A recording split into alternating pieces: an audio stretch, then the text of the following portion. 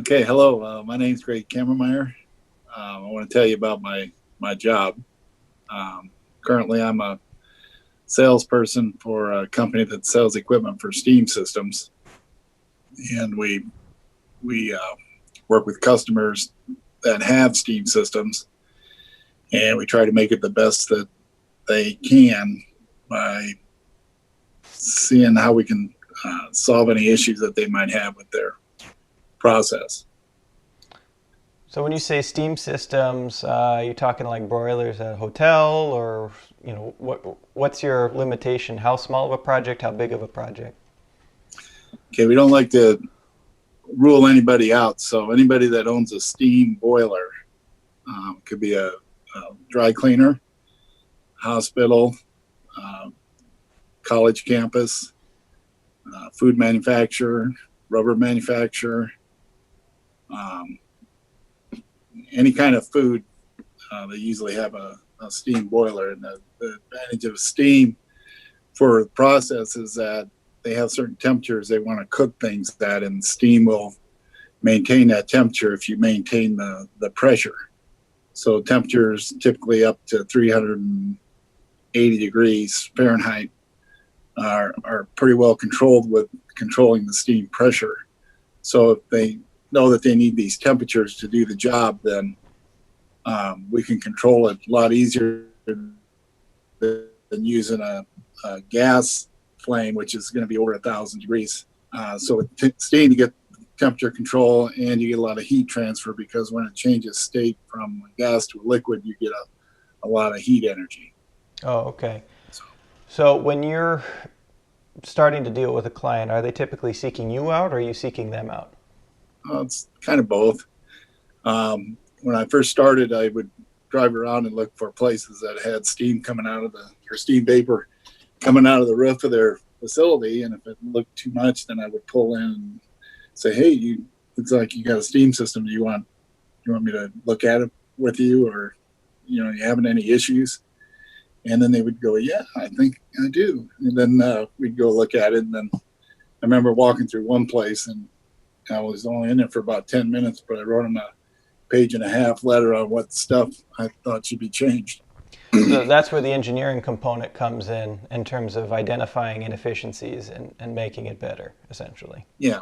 So um, when I was growing up, I worked on farm equipment, and then when I went to school, it took egg. I was an egg engineer, and but my grades weren't too hot, so I ended up in the food business.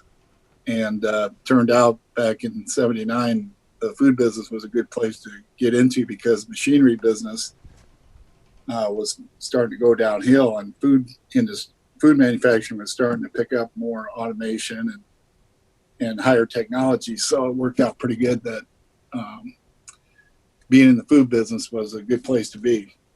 So I worked for Iowa Beef for a couple of years, and I worked for Kraft Foods for 12 years, Dairy Farmers of America for about 8 years, all engineering, maintenance projects, industrial engineering, anything to do with making the process better. Or what, what I somebody told me, he says, "Greg, all you do is you get max and a half out of everything you touch." So that's my main job. So all those jobs that you just mentioned, were those all the jobs you had after college? Yeah, So yeah, were there any jobs you had before college or anything like that that you think helped primed you for the field you ended up in? yeah.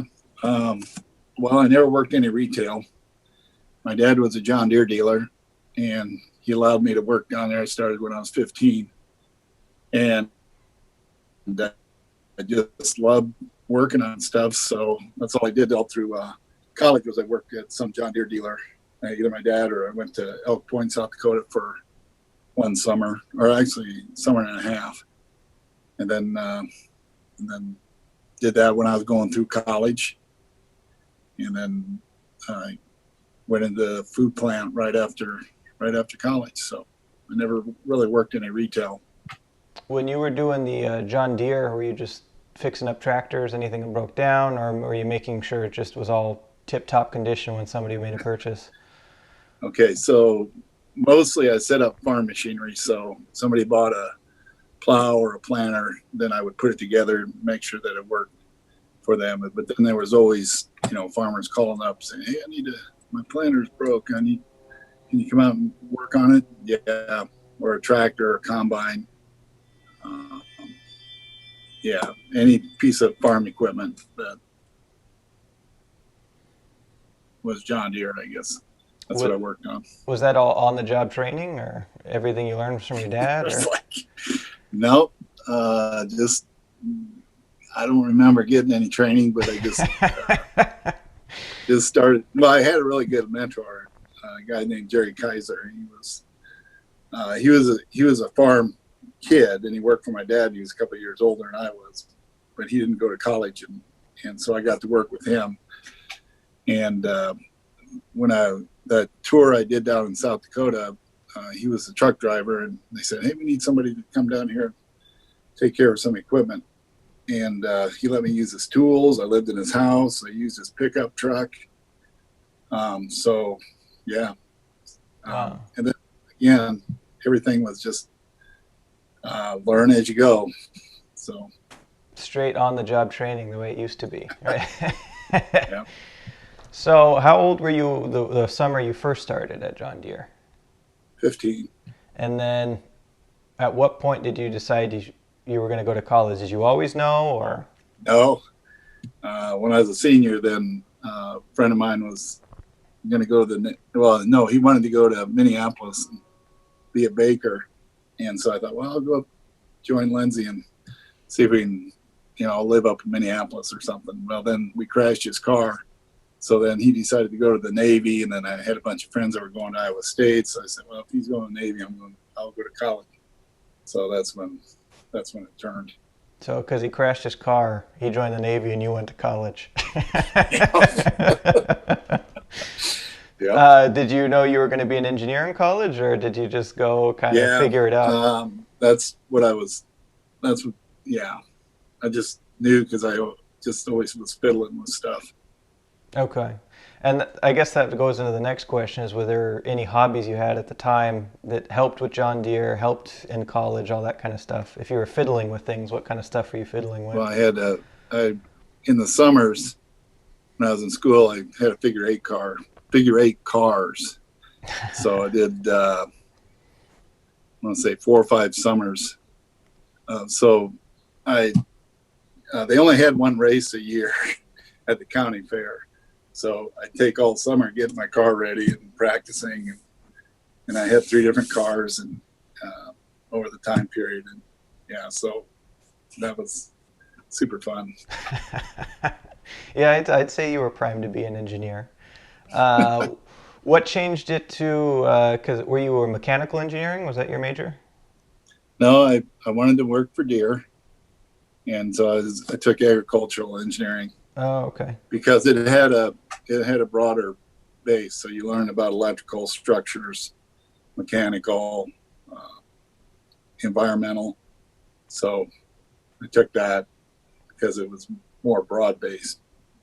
I know you said your grades weren't too hot in college, but how was the college experience overall? Oh my God, it's so much fun. Um, they actually, when I was 18, they lowered the drinking age to 18. So consequently, we were able to have kegs in the dorm, and there was no problem with alcohol at the college level. How were the classes? Good. They were at least Um, they at least held your interest. oh yeah, yeah. I remember I was in grade school, and teacher put up a statics problem on the board, and I didn't understand it, but I said, I really want to know how to do that. And then when I got in college and I had my statics class right away, I'm struggling. I'm going, Jesus Christ. And I remember I was laying in bed, and after I'd been struggling with a bunch of problems, and I woke up like 2 in the morning and got up and I did every one of the problems because it finally clicked on what was going on with that. So after that moment, then, all the other engineering disciplines seemed to fall into place. So What do you think made it click? I don't know, just because my desire to want to know it. I just wanted to conquer it because I got to know this. Out of all the disciplines that you did, because you said you're agriculture engineering, you did some electrical, obviously you got math, you've got some environmental. What were you best at? Probably the well, probably the mechanical. But now that I've been in the industry for a long time, I really like the electrical and the controls part of that, dealing with the sensors and PLCs, single loop controllers, output devices. So you have a sensor, you want to control temperature, so you sense the temperature. The controller is reading the temperature, and you have to control something in order to make the process work. So, for example, with steam, so we're putting steam on a steam to water heat exchanger that wants to control the temperature. So if the temperature's too hot, then it throttles the steam down. If it's too cold, then it opens the steam up, and you're able to do control that way. How much has that technology changed since it started? A lot, because back in the day, it was all mostly pneumatic logic. So there were devices that somehow use capillary, like for example, temperature. They'd have a charged capillary that, as it heated up, the gas would expand. So then that was pushing on something that moved a piece of pneumatic instrument that would send a pneumatic signal to this, and then that pneumatic signal would oscillate the pneumatic valve. And so now it's still out there, but it's a lot easier if you have an electronic temperature sensor, an electronic controller, and then you can use pneumatic, but you can control it with electronics. Oh, okay. So, Based off of your interest then, you showed that you had the mechanical is what you were better at. Was your interest somewhere else though? Like, did you like something more that you maybe weren't as good at? I can't think of. You mean within work or? Yeah, or your Oh, studies. Yeah, just because there's sometimes it's, well, I'm really good at the mechanical, but I'm not that interested in it. I really like the environmental, but I'm horrible at it or whatever. okay. So I really like refrigeration, which is still mechanical, but it's a kind of a physics or chemistry type thing. So I really like refrigeration. Power transmission was one of my favorite. That's a mechanical. And then electrical. Well, I was a licensed waste treatment operator for a few years, just because I went and took a test, and I was hold a license to be a sewer boy. All right, so you graduate college. You said you wanted to work for Deere. Did you apply for them straight out, Oh or how yeah, did that work out? yeah, yeah. But again, that's where the grade thing took off. So I thought, well, yeah, my dad's a dealer. My grandpa was a territory manager, but it didn't. I should have probably did some intern or tried to do some intern stuff, but I liked working at the store rather than doing an internship. And then I would have took another year to get out of school. Mm. So There were internships available at the time, though. yeah, yeah. So looking back, would you have changed it, though, knowing what you know now, where you ended up? If I could have got it, I would have did it. Yeah, but didn't happen. There was another opportunity was to be work for they have combine crews that follow the wheat back the bread basket. So they go across country harvesting wheat. They run these big combines and so they follow the maturing of the wheat across the country. And they had a job where they needed somebody to go. You would have to. My job would have been to go to a city before the combines got there and said, "Hey, we're coming into town. We're going to need this. We're going to need that," and then kind of lead so that when the crews got there, they weren't caught. They had hotel rooms and food and all that stuff. But fortunately, I didn't get the job because that probably would have been pretty boring. So what was the first job you did take out of college? I worked for Iowa Beef. I was a plant engineer trainee in Emporia, Kansas. Uh, that was their second biggest meat place. So it was a kill. We killed cows, and I was on the kill operation. So we got cows in. We slaughtered them for sides of beef. We rendered guts. We ran blood. We had a waste treatment plant. So yeah, that's it. So what did the engineer portion over that oversee? Mainly making sure the systems keep running?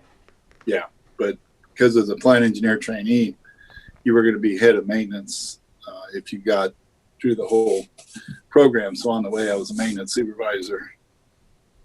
So I had a maintenance crew, and we were on shift. So we just had to keep the place running during that shift. So, And I never made it. I was a supervisor in Emporia, and then I got transferred to Pasco, Washington, where I was supervisor there, and then I decided that I want to do something different. when you were there, what was the largest maintenance issue? Waste treatment, Oh, okay. trying to get rid of wastewater somehow. I mean, these plants would run. Emporia was 2.1 million gallons a day of wastewater, and Pasco was 1.2 million gallons a day. And just because they had to keep everything clean, they would run water on pieces of equipment just to make sure that it was clean. Major wash down. So just a lot of water and trying to make sure we're kept out of trouble. Are you still in touch with anybody still doing that job today? No. I was just curious to see how it might have changed with any environmental regulations, things like that. Well, I know that like there's a kill place out in Chino, and they have to sterilize the beef. So what they do is after they get the sides all stripped down before it goes in the cooler, they got to spray it down with some kind of bacteria thing to make sure that it's cleaner than just raw meat. So that's one, and then probably I don't know. That's one of the big ones I saw. So you decided to get out of the game after you were transferred to Washington. What was next? What was the next move? I went to Kraft Foods in Champaign, Illinois. What made that grass greener? Well, it was I was a project engineer now instead of a maintenance supervisor. So I worked for an engineering department, and the R department in this plant in Champaign had a salad dressing department. The plant was section salad, oil and paste, warehouse, and then cheese. And our section had the utilities. So we were in charge of the steam and the refrigeration. So fortunately, then I got to do a lot of stuff in those areas. How much on the job training was this one in terms of you're going straight from maintenance supervisor into actually overseeing refrigeration? Was it a matter of having to? I just had projects. Oh, okay. With that because I was a project engineer. But here, there was no internet and no YouTube or any of that back in the day. So what I did, and backing up to Iowa Beef, is I'm in Emporia, and I walk down the basement, and I go, holy shit. Here's a reciprocating natural gas reciprocating engines driving reciprocating ammonia compressors, and I don't know anything about this. So I started getting books, and I would go home and I'd read.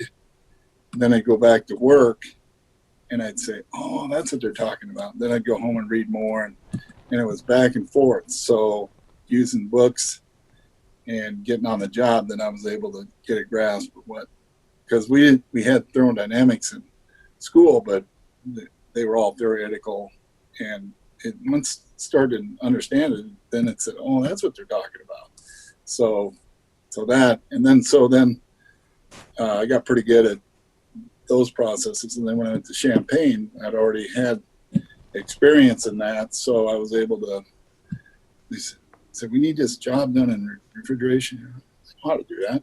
So, okay. So then I would take that on. But the cheese plant had more refrigeration usage than the salad dressing department, but we still had all the equipment to make the refrigeration work. Did you have any problems getting the books you needed to try and figure out whatever you were looking at? No, because because Champaign was a college town, then you could go down to the bookstore and purchase whatever you want. There was no Amazon either. So basically, there's still the same way today. You could go find what you needed and learn Oh what yeah, you need to. yeah. It's a lot But like your today's stats problem. yeah. Well, today, Jesus, you can go on eBay and like I mean, I'm working for a warden, and I'm out this plant. This guy loses a sequencer on a boiler as a TI piece of equipment, and it was obsolete, and they're down. And he says, "I said I'm down. What am I going to do?" So he goes on eBay, finds it, and while he was doing that, the plant manager came in and said, "What are you doing?" He said, "I'm trying to get a part so we can keep running." And he was able to find it for It, a decent price. And it's funny you mentioned that. I had the same thing happen. We had an old house we were working on, and the yeah, thermostat went down, and it was the old school high voltage thermostat. I can't go to Home Depot and Lowe's and buy that and get them back up and running. It's an elderly client. What are we going to do? Leave them without HVAC? I was able to find it a seller on eBay. $20. We really, got him back up and running. good job. All right. So craft. When did you end up coming to California? 83. Uh, I was so I was in the project engineering department, and they kept asking me, "You want to go to corporate?" I go, "No, I don't want to go to corporate craft." And then finally, there was a job open in Buena Park, and all the meetings I'd been to in Champaign, we were the number one plant, but Buena Park was the worst plant. And so, so when that came up, I thought, "Oh shit! I guess I'll go interview for it." Because if you didn't interview, if you didn't jump on some of these jobs, they overlooked you for stuff. But I still didn't want to go to corporate. So anyway, I go out to California, and I was staying over a hotel by Knott's Berry Farm because the plant was close to there. And I drove down to the beach, and I started walking on the beach, and I went, "Holy shit! If they give me a job, I'm moving." But all the time, my buddy from college, my best buddy from college, he when he graduated, he bought a brand new '79 Toyota Corolla and drove straight to the West Coast and was working for a construction thing. And then the whole time, we were able to talk, call each other on the phone. He said, "You need to move to California." I go, "I'm not moving out there." And finally, when I get the opportunity, I go, gone. It's cold in the Midwest, man. Yeah, so weather and a job opportunity so you didn't get passed up for stuff led to the curiosity to move out here. Once you got here, I'm staying, basically. Yeah. Well, what your work was out here, your position change at all? Yeah. So I was a project engineer in Champaign. Came out here as a senior project engineer, senior project manager, I guess, whatever. And then 2 years later, I became the maintenance manager. And then 2 years after that, I became the engineering, or what they call that, some kind of industrial engineering manager for efficiency and stuff like that. So I spent, I think, 4 years doing that. And then they consolidated some departments, and I ended up in the quality department. And so a friend of mine that worked out at Golden Cheese in Corona said, "Hey, we need somebody out here to run the maintenance." And so then that's when I left Kraft, was to go to work at a cheese machine. So each one of these jobs that you changed between, how much did your day-to-day change? Just different, you were different priorities. So if you were project engineer or project manager, you were trying to get the projects through, and when you worked in maintenance and you're trying to keep the facility running, but you had to interface with both projects and maintenance. What kind of projects would they try and push through? Everything.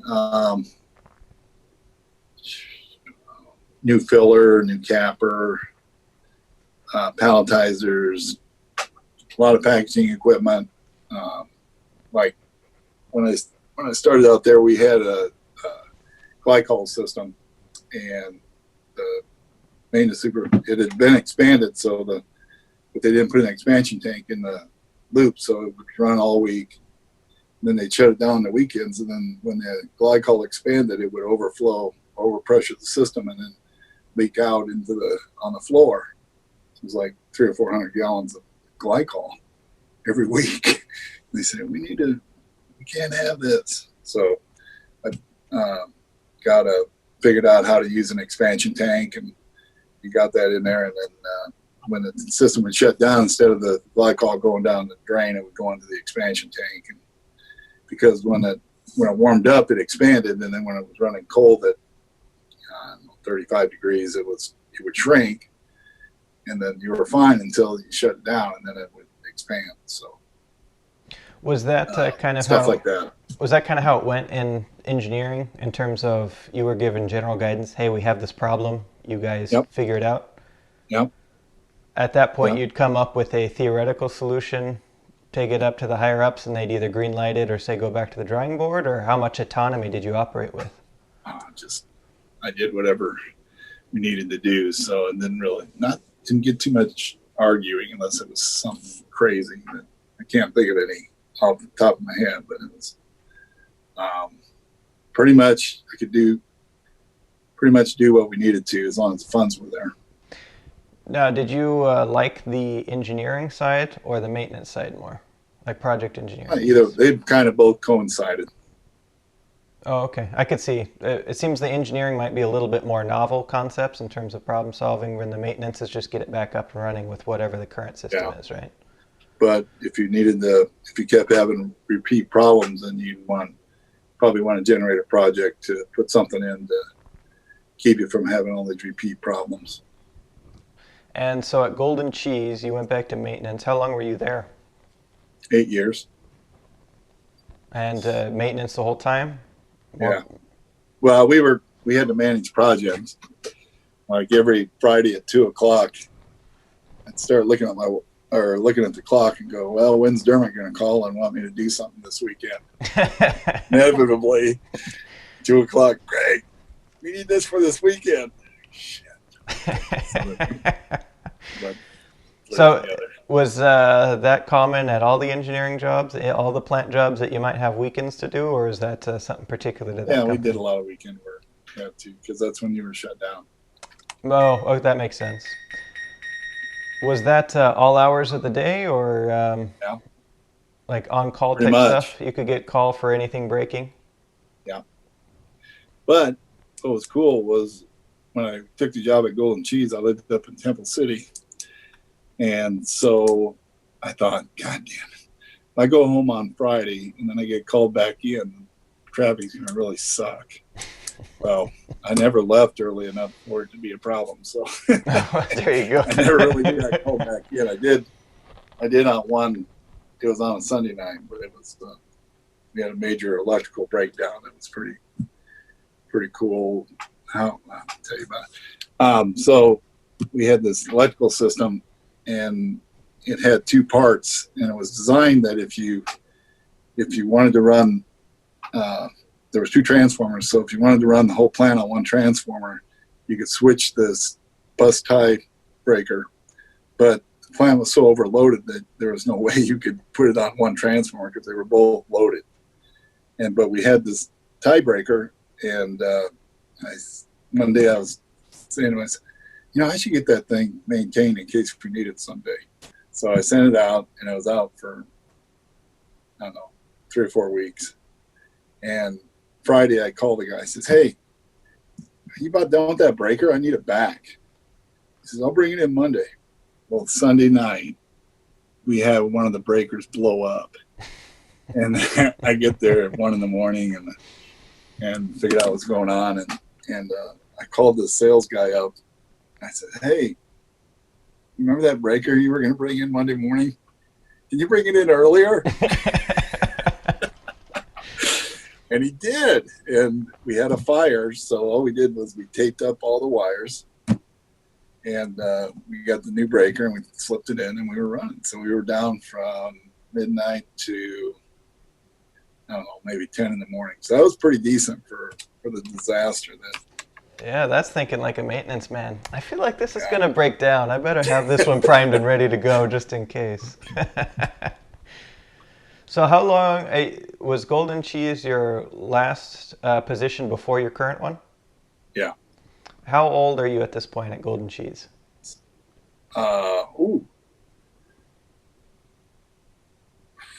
43, 44. I think so. Yeah.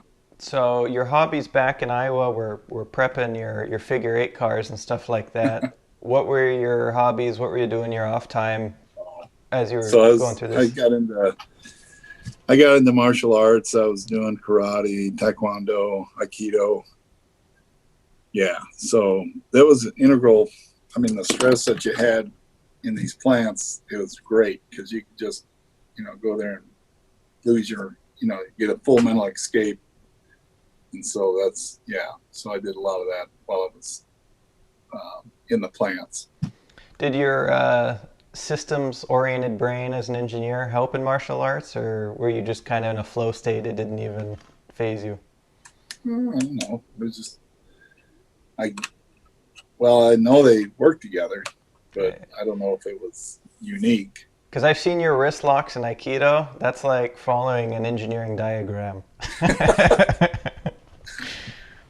So, Golden Cheese, you decide to move on to your current position. What was the crucible there? What made that change? Oh, okay. So I'm at the cheese machine. I'm saying, you know what? We're never going to be a team here. And I had having problems with my hip because we were doing a install. It's about 20 hours I'd been on the job, and at 1 o'clock in the morning, I jump off this truck, and my hip started to bother me, and I went, what the? And it never went away. So I'm sitting there, and now I'm having trouble getting around the plant just because it hurts. And so I'm thinking, well, we're never going to be a team. I can't get around the plant too good. So I think I'll do something different. So I said, maybe I'll consider sales because my dad, my brother, my grandpa, my Aikido teacher, my wife, we're all in sales. So I thought, well, maybe I could do it. So I started looking around and I said, you know what, what I want to consider is if I do refrigeration, power transmission, or steam, I'll consider those. Well, I'd met this guy, the owner of Guy Warden, run into him over the years while I was working at Kraft, and he was actually had an ad on the Monster board. So then I applied, and he hired. Actually, he had just taken over the company, so I was his first hire as a new owner of Warden. Before we talk more about Warden, because obviously I got a lot of questions about that, you mentioned we're never going to be a team. At the previous positions, how much was it team environment versus individual environment? At where? At any of your previous jobs? Oh, well, Kraft, we spent a lot. I actually became the plant trainer for team building and statistical based management and stuff like that. So I spent a lot of time in Chicago getting trained. And then we had 435 employees. So I took on the role of being the facilitator for the training at Kraft, and we invested a lot in team building and team problem solving using team people. So that was going really good. But then the corporate measured all the plants. They had these productivity things. And Atlanta, Georgia was the best. They had the best cost per case. They had everything that they were doing there was the best. Well, then they decided they were going to cut some plants. Well, which plant gets cut first? Atlanta. And I thought, what the? Do these things really mean anything? And so, well, that didn't lead me to leave Kraft, but that was just, we did do a lot of team stuff, but you really never really got any credit for it because it's bottom line is the dollars for how your plant. Sure. That's profit. So. The job, though, from the day-to-day perspective, you'd say plant engineer, maintenance, any of that kind of stuff, it's going to be more of a collaborative setting, more of a team setting versus individual? Mm-hmm. Okay. Yeah, because you got to get information from the end users to be able. You don't just throw whatever you feel like in there because it's not going to work if you don't get cooperation from whoever you're working with. And as you're moving between these jobs, by the time you met the owner for Guy Warden, you had met him back in the Kraft days, and that kind of segued into this. Yeah, there was a posting on Monster. So obviously that's into the years when the internet's around. But just like your books before, you didn't have access to the internet. You had to go get them. How were you finding jobs and finding the availabilities before? Was it all word of mouth? So in trade magazines, they would advertise headhunters, whatnot. So when I went from Iowa Beef to Kraft, I had contacted this guy that lived in, I guess he was out of Champaign. And so he got my name and was able to call me and send me letters and stuff. So he's the one that actually got me landed at Kraft. And then going from, I guess enough years went by that now there's internet that I could get onto Golden Cheese from there. All right, and then... Oh, no, take that.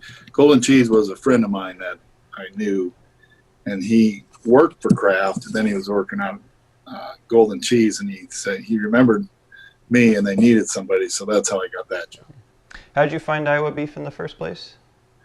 Just, so it's about December, my senior year, my advisor goes, "Hey, Kammarmeyer, you got a job yet?"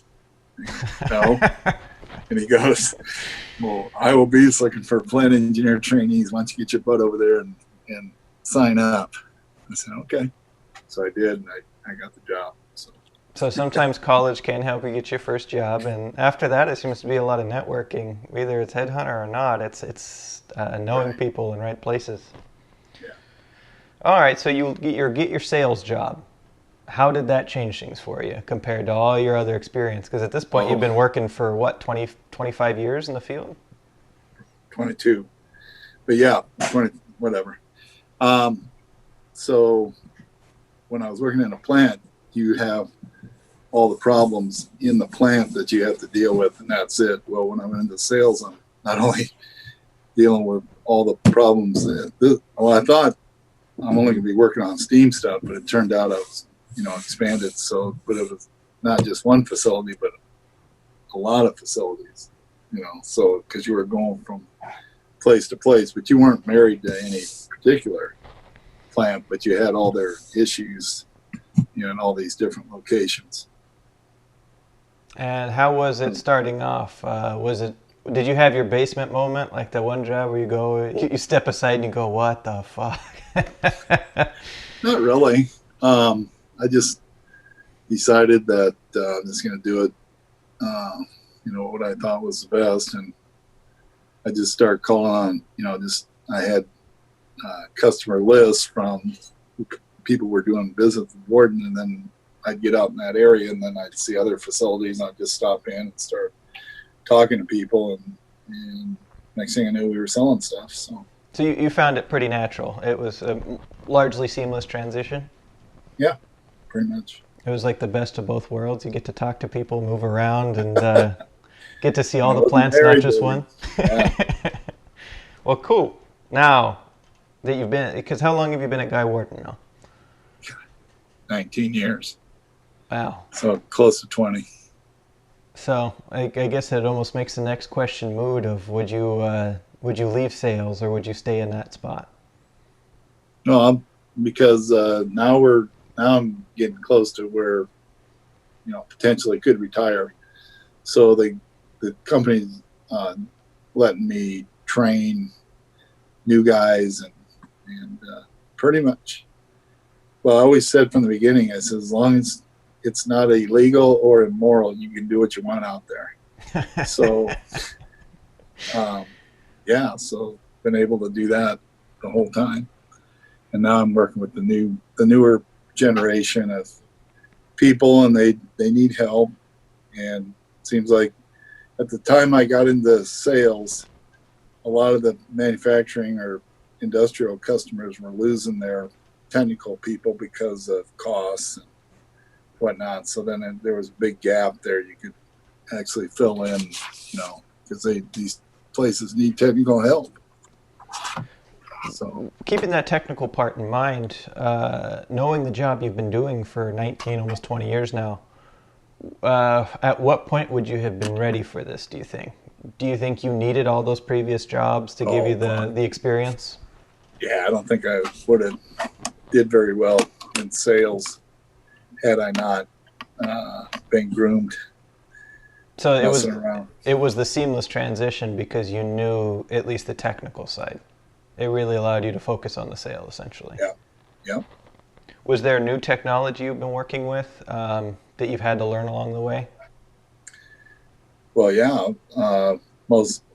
See, when I worked in a plant, most of the electricians took care of all the instrumentation, and Were they so I really in-house or didn't have to do contracted? anything. What's that? Were those electricians in-house or contracted? No, in house. Oh, okay. But I never really, they would have a question occasionally, and I could help them out with stuff. But they took care of and I never really got into understanding what they did. But now that I've been in sales, I didn't have anybody else to go to, so I'm learning that myself, and I really like it. So yeah. Did you know the Uh, job that you have now existed when you were in college? oh no, I don't know. Um, I think it's evolved because they talk about salespeople that would just go and take orders from customers, and they don't have to. They never really had to know anything. But you go into a customer today, if you don't know what you're talking about, why should they buy from you? So you're selling stuff that they need to be able to understand. And it's just, well, here it is. I don't know how it works, but you should buy it. That doesn't work. Well, I know the hallmark for some people with their experience with sales departments is they promise the world, and then the inside staff now has to figure out how to make that happen, or tell the client, "Hey, we can't actually do that." No, we, Have you no, have you noticed a change? You mentioned kind of the technical people, and there was a dump in that. How are the just in your experience with different companies and stuff like that now going around? You talk to a lot of people. Is the new generation? Are they technical? Do they know their stuff? What seems to be their kind of specialty? there's kids that have the opportunity to do like I did when I was young, where their dad maybe had a business and they got to go in and play, as they were growing up, are probably the best. Anybody that just wants to get into it but doesn't really haven't had a previous experience, they're the ones that are struggling. But yeah, and it seems like everybody. I'm sure when we were kids that we weren't the best workers, and then of course, we're saying that about the kids today. So The guys that you're training now, are they fresh out of college? Have they been doing it for a while? most of them have been doing it a while. So Would you say 10 plus years or? we don't have that many college grad. Well, we got about 50% that were college people. Would you say that, I mean, the degree is needed to do the job or no? Not necessarily if you're a person that's willing to get in and learn and and it's harder to understand if you don't have any theoretical backup. So you can get people to solve a particular problem, but then if it deviates from that focus, then you have a hard time picking it up. So um, yeah, you can train in certain things, but then if it's not that way when you get there, then oh man, you're going to be struggling. Now, for the sales staff that you have, do you guys have, is everybody a generalist, or do they specialize in certain types of systems? Like you would, hey, we have this potential client, this would be a good job for this person to go out and see. Well, um, everybody kind of has to be a generalist, and then if they get in there and they can't communicate with the customer on the same level, and they call other people to come in and help. Okay. Are you largely in the office or on the road as a salesperson? I'm on the road mostly, so yeah, I'm floating around place to place. What's a typical week look like? Um, well, you about 2 days before, can you come in and see me about blah blah blah? Okay, and then somebody else will call, and then I try to arrange it where I'm seeing maybe 2, 3, 4 people in a day, but it's usually only about anymore. It's only about a week in advance. So if I look at my calendar for next week, I don't have anything. Well, I do. Sorry. But a lot of times I won't have anything 3 or 4 days out, but then it starts to fill up as the days go by. Well, that's how it was when I was an insurance adjuster. Basically, it's you try and clear everything out by Friday because you never knew what Monday was going to bring. And so you start off on Monday, the calendar's empty, and it just starts filling up really fast. Is it kind of a similar thing in that regard? Yeah. No. Well, Thursday, Friday, they're going, hey, can you come in Monday? Yeah. So then I'm already filling up next week's, last part of the week for next week. Did you have to make sure that you have like a set office day or something like that to make sure you can get any paperwork done, or is it just I get whatever I need to do whenever I can? Yep. That's it. Just whenever I can. And then so you see, let's just talk about the acquisition of a client. You go see it, you see their system, you identify, maybe it's a hotel, for example. They've got an inefficient heating system. You've identified the way to make it better. You propose that to them. They say, yes, I want you to do it. What's next? Well, depends on their time frame. Sometimes they got a budget. They got to wait for a year. Sometimes they can't wait. Can you do it next week? And here's a nice one that worked out really good. I got a guy that I used to work with was at this beverage facility. He needs a pressure reducing valve, so I went in and offered it to him. I saw what they were doing. I said, "You got to be shitting me! You guys are injecting steam into this water that's going down the drain at 18,000 pounds an hour." I go, "You got to be shitting me!" I says, "Why don't you guys consider this?" And this is in April. And so we wrote them up the project and the cost savings and all that. By October, they were putting it in, and it was saving like 30 gallons a minute of 18,000 pounds an hour is 30 gallons a minute of steam condensate going down the drain that they're losing heat, chemicals for what? So we put in a piece of equipment that we were able to save that 30 gallons a minute versus letting it just go down the drain. So that project happens. That's pretty fast, 6 months. But it was like a 3-month payback. So they went for it. So your expertise, I mean, obviously you could talk the shop. You can identify that okay, we need this piece here. What's your familiarity with the pieces as a whole? Do you see like, okay, I know I need some sort of controller or I need some sort of valve, whatever. Do you know what the manufacturers make? Or are you then going to do some research to find what would be the best piece there? It just depends, I guess, whatever it is. A lot of it I maybe had some experience already, but there's always new technologies, but for the most part, it's stuff that I've probably already seen. So you don't need to reinvent the wheel often. Occasionally, though, I'd imagine, are there elements of your job where you get to incorporate new technology? Maybe Oh you yeah, get to read up on a new problem you haven't had to necessarily solve in the same way before. yep. Uh, like ultraviolet, they use that for water treatment. Mm. It's I'm sure it's old, but it's newer than as old as it is. So, you know, and I just heard the other day they're using it for air too, like in a ventilation system.